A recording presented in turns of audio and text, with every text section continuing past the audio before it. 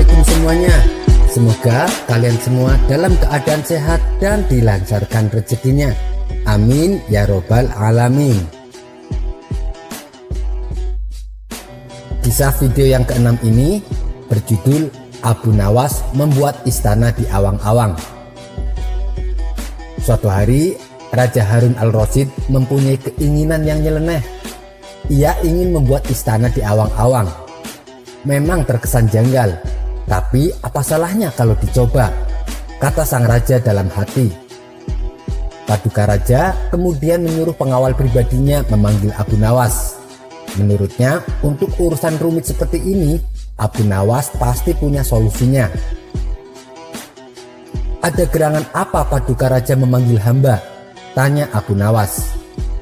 Sang raja menjawab, "Wahai Abu Nawas, aku sangat ingin membangun istana di awang-awang agar aku lebih terkenal di antara raja-raja yang lain. Adakah kemungkinan keinginanku itu terwujud, wahai Abu Nawas?" "Tidak ada yang tidak mungkin dilakukan di dunia ini, wahai Paduka yang mulia," balas Abu Nawas. Sang raja kembali berkata, "Kalau menurutmu hal ini tidak mustahil diwujudkan, maka aku serahkan sepenuhnya proyek pembangunan kepadamu." Abu Nawas terperanjat. Ia menyesal telah mengatakan kemungkinan mewujudkan istana di awang-awang. Tetapi nasi telah menjadi bubur. Apa yang sudah dikatakan oleh Baginda Raja tidak mungkin ditarik kembali. Sang raja memberi waktu kepada Abu Nawas beberapa minggu. Rasanya tak ada yang lebih berat bagi Abu Nawas kecuali tugas yang diembannya sekarang.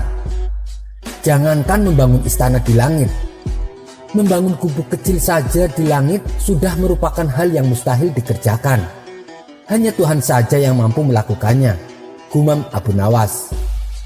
Hari-hari berlalu seperti biasanya.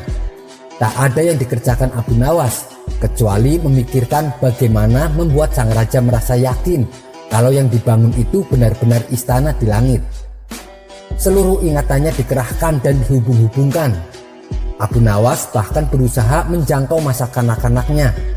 Sampai ia ingat bahwa dulu ia pernah bermain layang-layang. Inilah yang membuat Abu Nawas girang.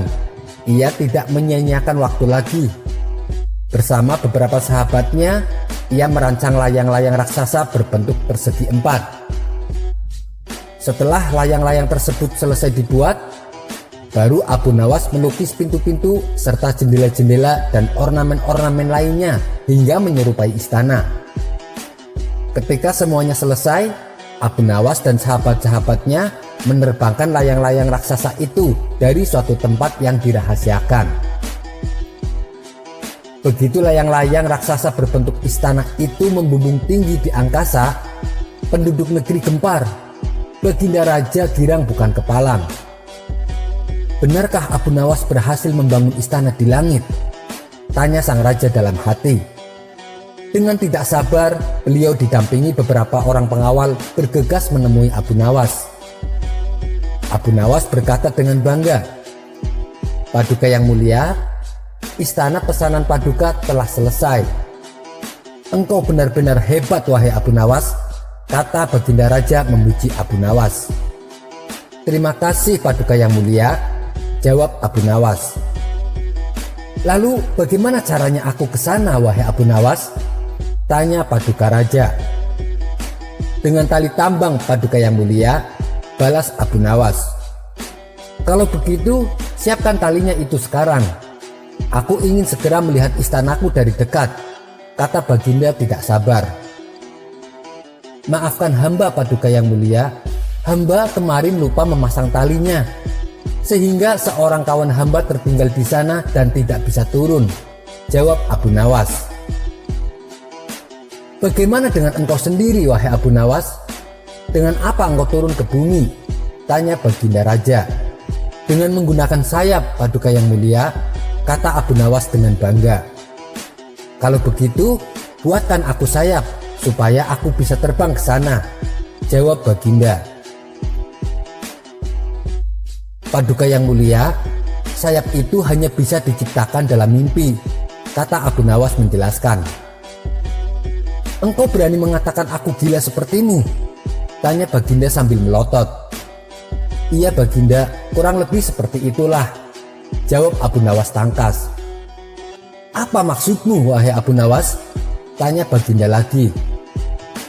Baginda tahu bahwa membangun istana di awang-awang adalah pekerjaan yang mustahil dilakukan, tetapi Baginda tetap menyuruh hamba mengerjakannya. Sedangkan hamba juga tahu bahwa pekerjaan itu mustahil dikerjakan, tetapi hamba tetap menyanggupi titah Baginda yang tidak masuk akal itu. Kata Abu Nawas berusaha meyakinkan Baginda.